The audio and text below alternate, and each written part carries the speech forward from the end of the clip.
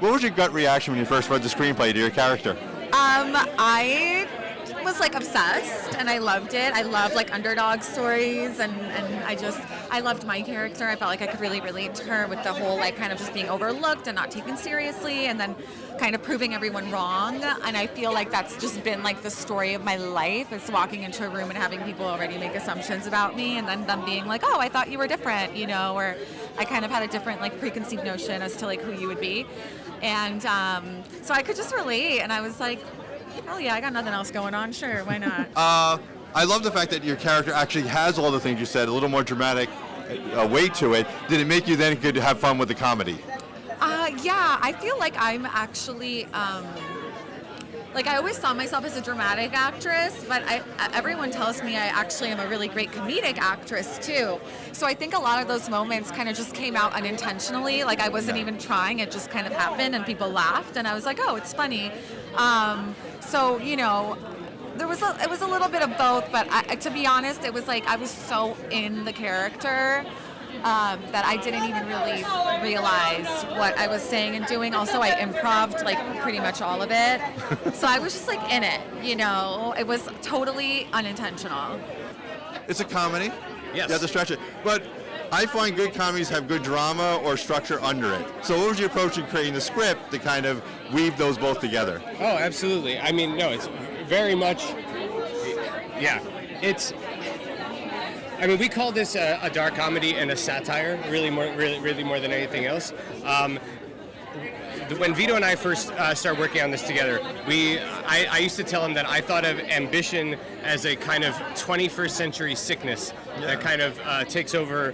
I mean, American culture, but culture in general, and it really is kind of a study of ambition as this kind of disease virus that infects modern 21st century minds. And I think Tony took that even further in the way that he, chose to shoot it in this kind of like Instagram, TikTok inspired way, which is really pretty. It was really. I love the way it was shot. It was beautifully shot. Yeah, and just something that really, I mean, it could have gone in a million different directions, And this project, Vito and I started working on this in 2017 with Vito, and it took so many different shapes and forms over the years.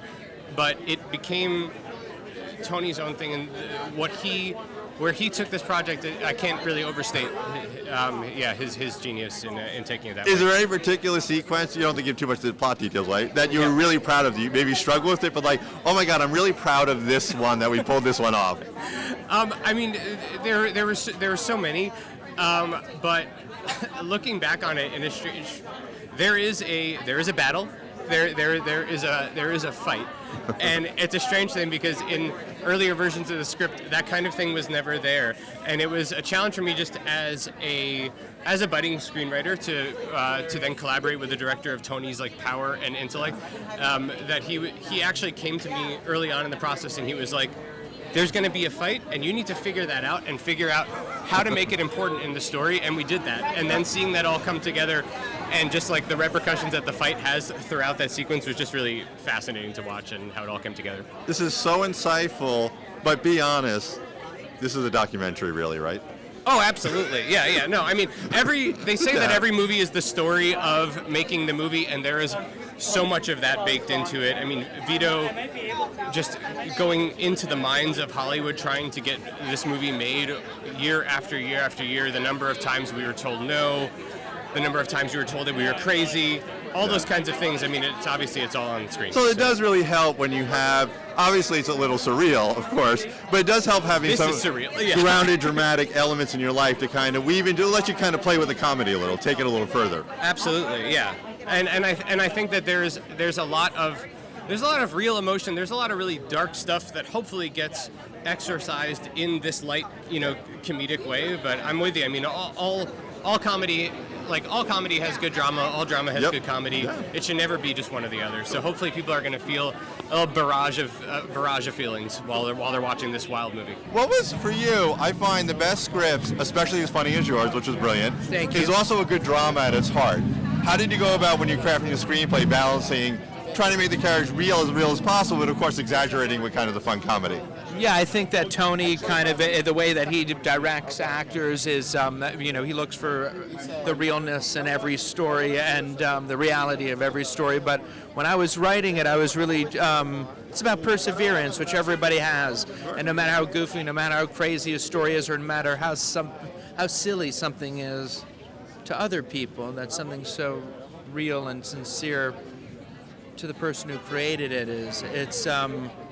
It's just, you know, about believing, you know, and believing miracles are possible. And so this movie getting made was a miracle. Jack's Heavy Hat's a miracle, the way that it goes down. And it's, you know, art imitates life. It's just, you know, you work your hardest, you try to get it done. And, I don't know, it's just very surreal to be here right now.